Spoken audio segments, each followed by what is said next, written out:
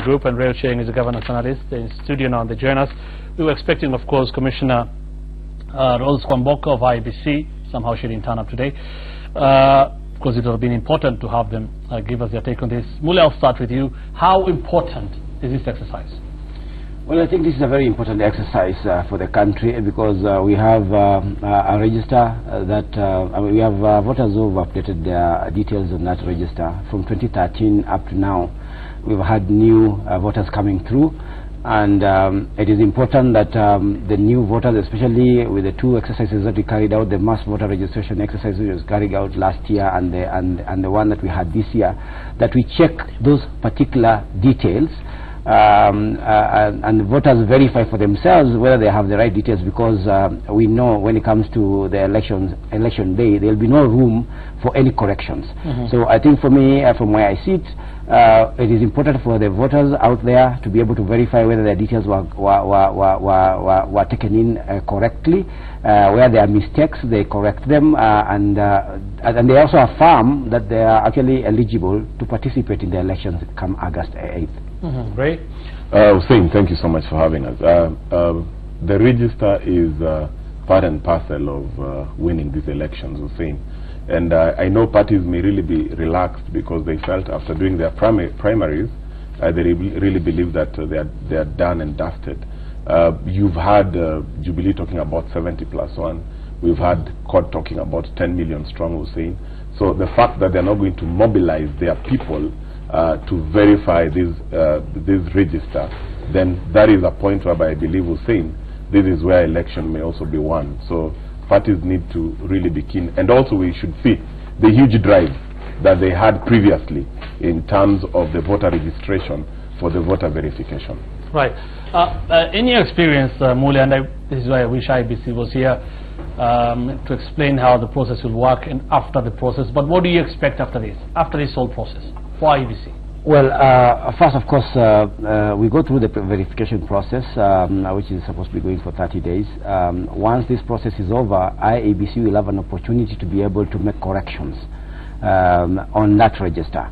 Because there'll have been a number of people who will have said, this is not the way my name is spelled, this is not the way the station that I'm supposed to be voting from, and a number of other corrections that need to be done. So the final cleaning process happens after this exercise is over, and thereafter IEBC now will be able to publish what they would call now the final register, or the register that will be now used for the August 8 polls. Is it to say then, because this question has been asked several times, that we will not get cases of course, again, I wish IEBC was here, but after this whole exercise, are we not expecting to get cases of, confusion or missing names, dead voters in the election? Generally, how foolproof will the system be? It's IEBC system, I know, but... Well, one of the things that concurrently running with the verification process is a voter audit, and our expectations was that the audit earlier it was envisaged that should have happened last year. When we had enough time to be able to go through that. A voter audit is very good when it comes to issue of also first cleaning up the register and making sure that all the details are correct. The verification process, especially through the biometrics, and that's why you hear the chairman insisting that people need to come over and verify their details, because through that biometric verification process, you are able to discount any dead voters that may be in the register.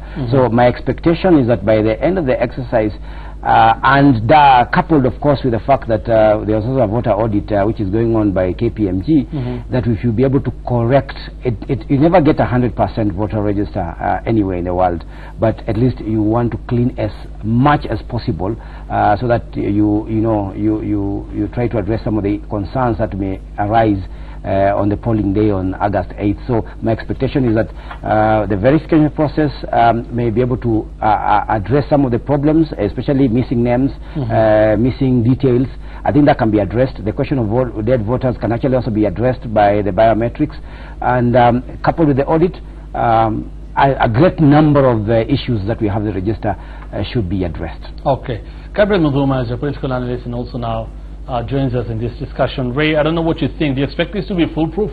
It is not going to be foolproof because Kenyans, we are unique, Hussein, and you know, Kenyans, we turn the last minute, and I believe that the 30 days, that the window period that we have, are really going to be utilized. So I also expect organizations from my colleague to also really help, so that we also don't blame. Actually, at this point, to saying we may not put fingers of blaming the IEBC. What are the Kenyans doing to make sure that we don't have the ghost workers? As per to the estimations that have been projected on the public portals, we have around 2.9 million ghost dead voters since independence.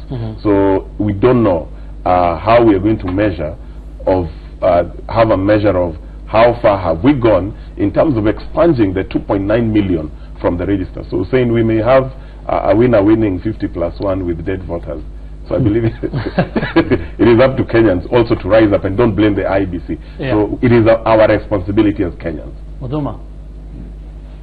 Thank you, Hussein. I think the ongoing process, I mean, I think it's a good thing happening at this point. I would have waited. I mean, if it was me who was calling the shots, I would have waited until KPMG finalized with cleaning the register and then disseminate it to the parties. You know, let people now come out and verify whether they'll be able to vote. You saw during the primaries, people, I mean, were coming out and saying, you know, my name was missing, you know. So, I mean, it's a good exercise that they are trying to do. But again, Hussein, let us not forget that there are two ways, there are two issues that will come, that will suffice as we move along. The issue of dead voters, I mean, people are dying every day. So even between this period and August, you'll have quite a number of people who will not be with us. So what are we going to do about that? I agree with the gentleman when he says that this is an exercise that will continue going on. But however, I want to bring you to the two issues which I think will suffice. Number one, you have the human issue, and then you have the system issue. This is where I've seen it happen before. Last time when people are, you know, during the voter registration drive, I saw, you know, I was in one of the lines and all of a sudden the queue stopped going and people are wondering what is happening. Actually, people started thinking there was a gimmick happening, only to find out that somebody had spilled soda in one of the computers and we had to wait for somebody to come in and rectify that.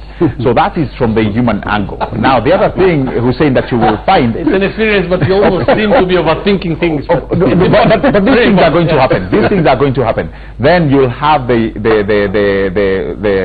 error with the machines. They do happen all the time.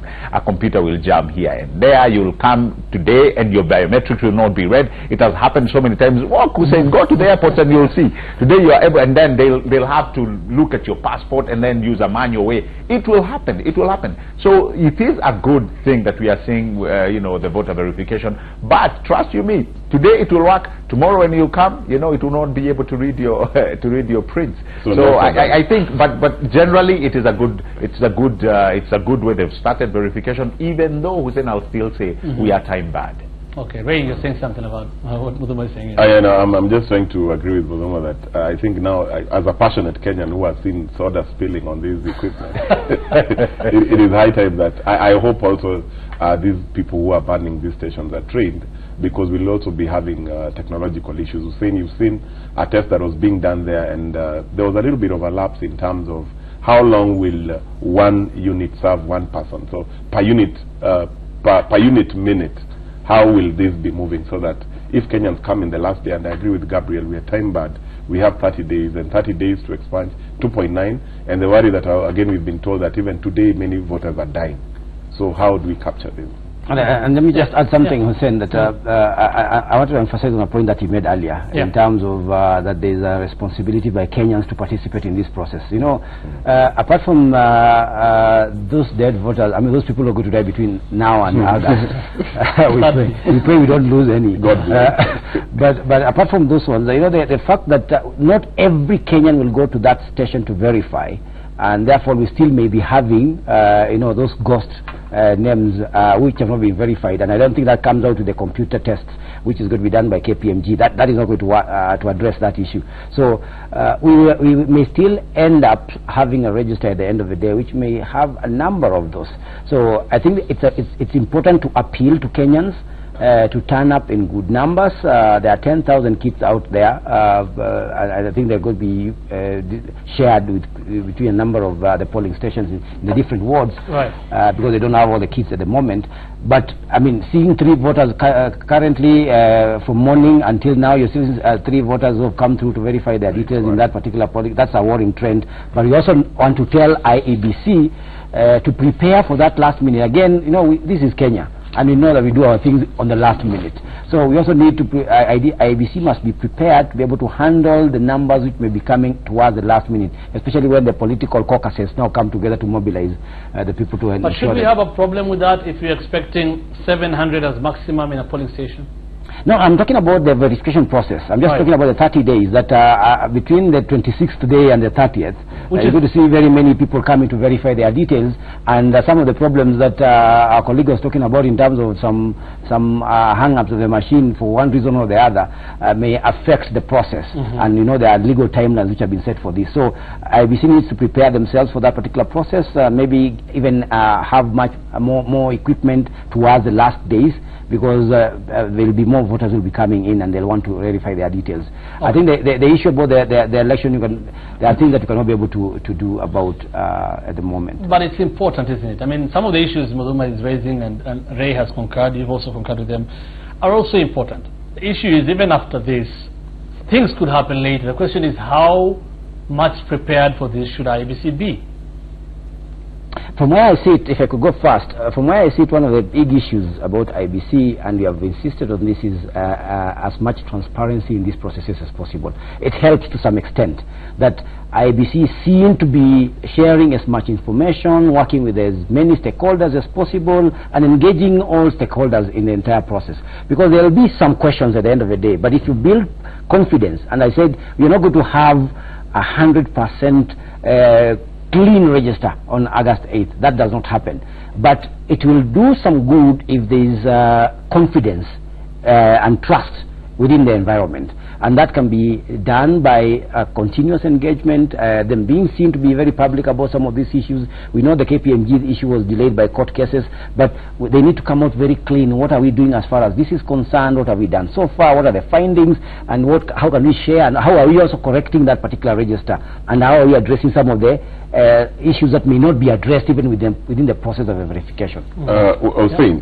Regarding the same, I hope, I wished the commissioner would have been here, because in terms of what is going on with the IEBC, one, they are scanty with information, they are glowing in the dark. Many of the times we get brilliants that are sparkling from the dark, and we are not really getting that participatory approach of the players.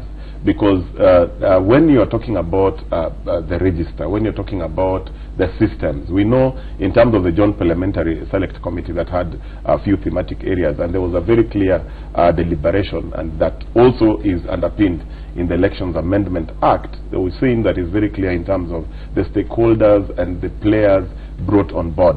One, there's also been very little public awareness and sensitization of the citizenry, which compared comparatively with the previous general election, I think they did well. So Hussein, in terms of preparedness, IEBC, to me, are not so prepared. Or even if they are prepared, then these are preserved, that they have held within, domiciled within their premises. But what they need to give Kenyans is free and fair elections. We know Chapter 4, Article 46, we have the right of information. So what I see you saying is that IBC mostly comes out for rebuttals. They come for redress. They come to react. And we're not seeing them taking the lead and making sure that all parties are involved, making sure that all these measures are going to be in place. I know they've complained about finances. They've complained that they've been under-financed in this financial year. But that will not take us anywhere, because if we are not going to be having a transparent, fair and accountable elections, Hussein, it will not matter, and Kenya may sit in a bad place. Okay, Muduma? And by the way, just to agree with Ray to an extent, I don't think at this point IBC can come and say that they are not well funded. You may recall last year, before Obama got out of office, John Kerry was here, and I think he gave IEBC and Uhuru, the Jubilee-led administration, an amount. I think it was staggering to about 2.5 billion. That's roughly about $25 million to be able to conduct the elections. Why? The reason why I talked about being time-barred, Hussein, I go back to the very fact that Kriegler gave us a forewarning, you know, and when they sat down to discuss about the issues that befell us in 2007, IEBC came out as one of the key indicators as to how we should never be found flat-footed. That's why, you know, they said in 24 months there is nothing that should not be a go, meaning that all systems must be in place,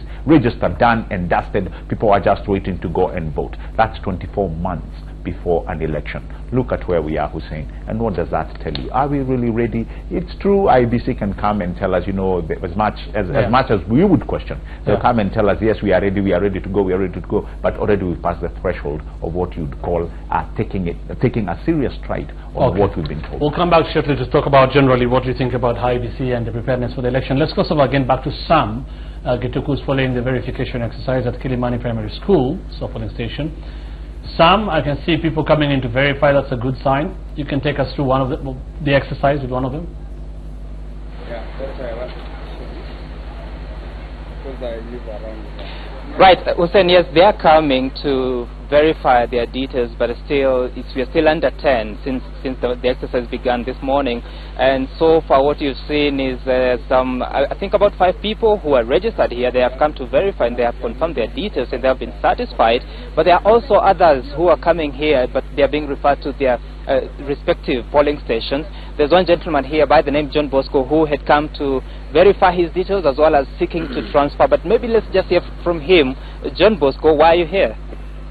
I came here to see that maybe you are transfer. I needed to change the nitaka kubadilisha kitambulisho yangu so that I can, because I live around here, so that I can, it can be easier to vote. Why are you registered currently? Raila Education. Yeah. And you want to change to Kilimani Primary because the place is far from me to go and vote. So what are the IEBC officials telling you? I didn't go and check, but as usual, I always pass here. That's why I came to check if I can be able to change where the place to where I can be able to vote. Okay.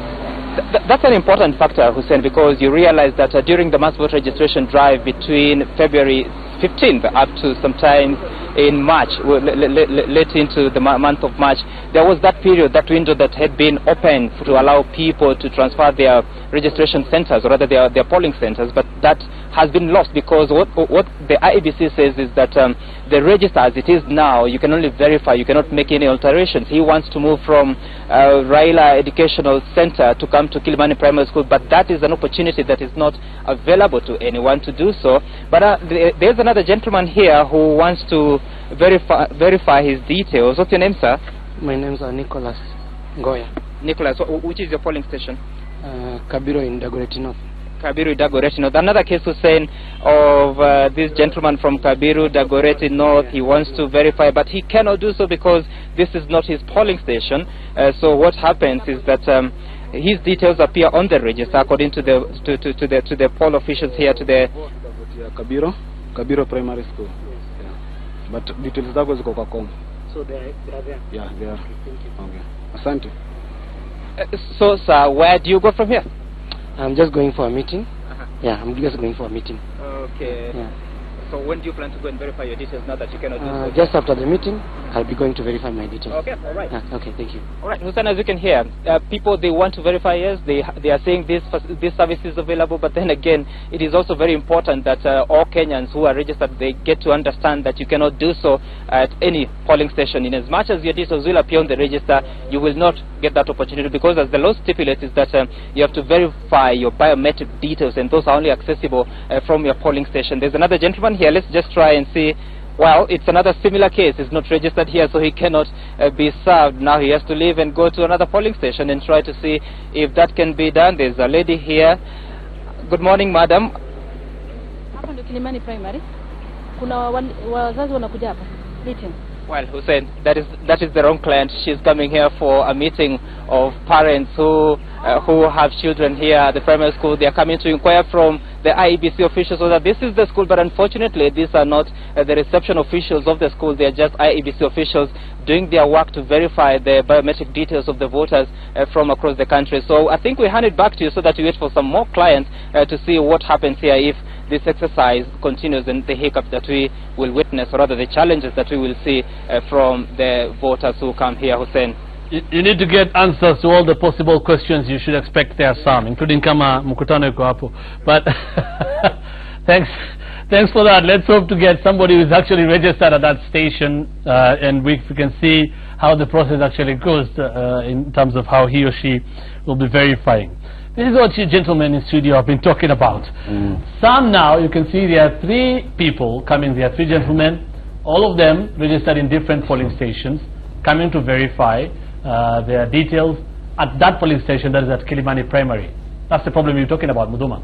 Yeah, exactly. And you see, the element of civic education, like Ray was saying, is very important. And before I just comment on that, there's a pertinent issue that Ray actually raised. And I would like to see this actually coming down to how we do our voting. And this is the time burden. I think if you can enclose it, how long am I expected to be in a polling station, or how long am I allowed, or what time will it take for somebody to vote? Immediately they get in the room. That, I think, should be calculated so that you know. And many other countries have done it. So many people have seen outside our country and our continent have been in a situation whereby you are given the time burden that you are going to spend in a particular polling station. I hope one day we are able probably to get to that. But again, what we've just seen, Hussein, it's exactly what we've been talking about, civic education and people knowing what to do. I mean, coming from a telecommunications background, I would tell you it's very easy for people to verify, even though we are talking about getting your biometrics read. If it's just verifying, querying your database, we've seen there was technology where you just used to use your phone and query the database, and it will tell you where you're registered, blah blah blah. It will give you the whole 9 years what you'd require. I don't know what happened to that technology. It has since not been working. The last time I tried, I went to the IBC's website, it was not working, and that's why probably it would have liked to have somebody from IBC to tell us why that technology is not working anymore. But that is one element, that's one technology which could help a lot of people. So many people today have access to gadgets that can actually query an IEBC database and actually verify where they are. And so instead of going to one polling station, they'll know exactly which polling station they are going to go. However, I will not go without saying, this gentleman is coming to actually transfer his, you've just seen. And we had a window, we were given a window to do that exercise. Again, civic education. You do not know whether he never got the information, whether he never got the memo, or is just the normal Kenyan way of procrastinating. We wait until, and by the way, we say, we are laughing at it, but you wait. The final 2 days, you think people have been, it could be drama. Everybody trying to verify at the same time. Let me say a number of things. One, let me start from the point that Mutuma left in terms of the time taken. If you do a very simple math, that you, if every voter uses 1 minute in a polling station, in 60 minutes, that is within an hour, those are 60 voters. And then if you have a 12-hour window period of voting, that's 720 voters.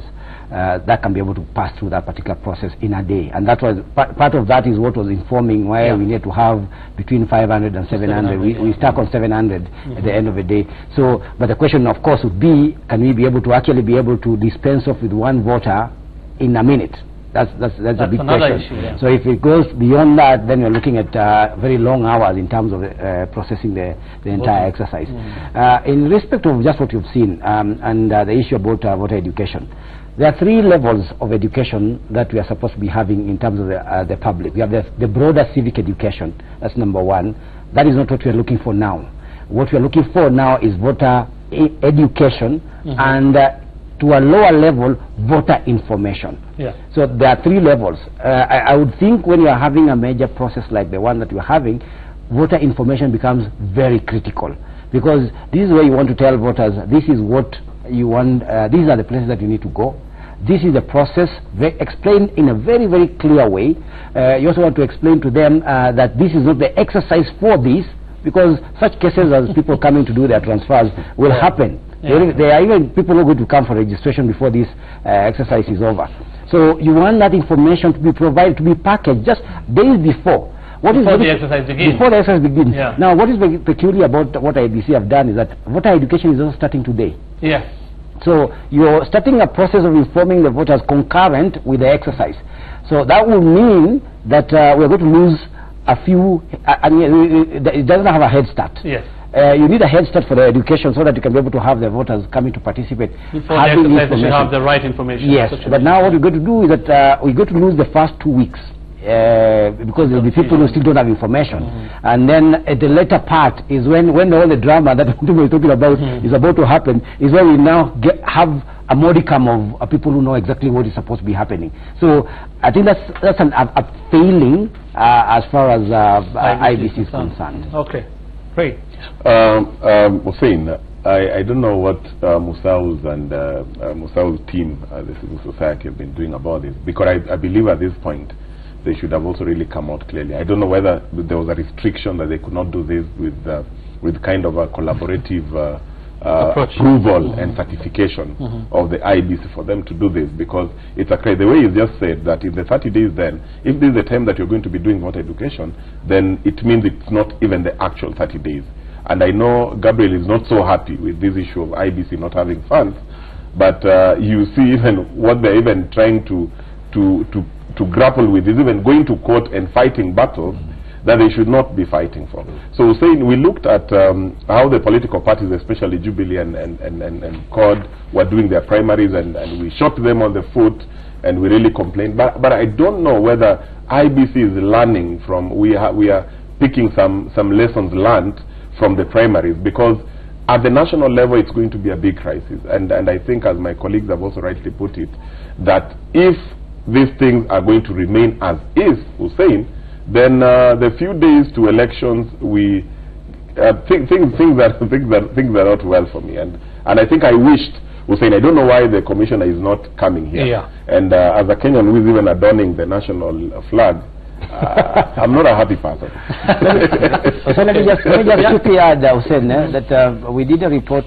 We have monitored over the last 2 months what has been happening in the election environment over the 290 as the election observation group, and we have a report that we have released last week talking about voter education being one of the biggest problems that we have so far. Less than 50% of the constituencies have received that over the last 2 months. So that's a major gap, and the major players, as far as that is concerned, have been the civil society organizations. They are the ones who've been trying to fill in for this 50% that has been. Yes, yes. There's scant activity, as you're saying, by IEBC. Of course, we expect that to change, the trajectory of that to change now that they have started that particular process. But I'm just saying the precursor to this exercise, we have had no information in more than 50% of the constituency. You'll respond to this, all of you shortly. I don't know how dangerous that is. Even if they roll out the voter education exercise now, going into the campaign period, I don't know what the Monanchi is supposed to get from the politicians and from IEBC, but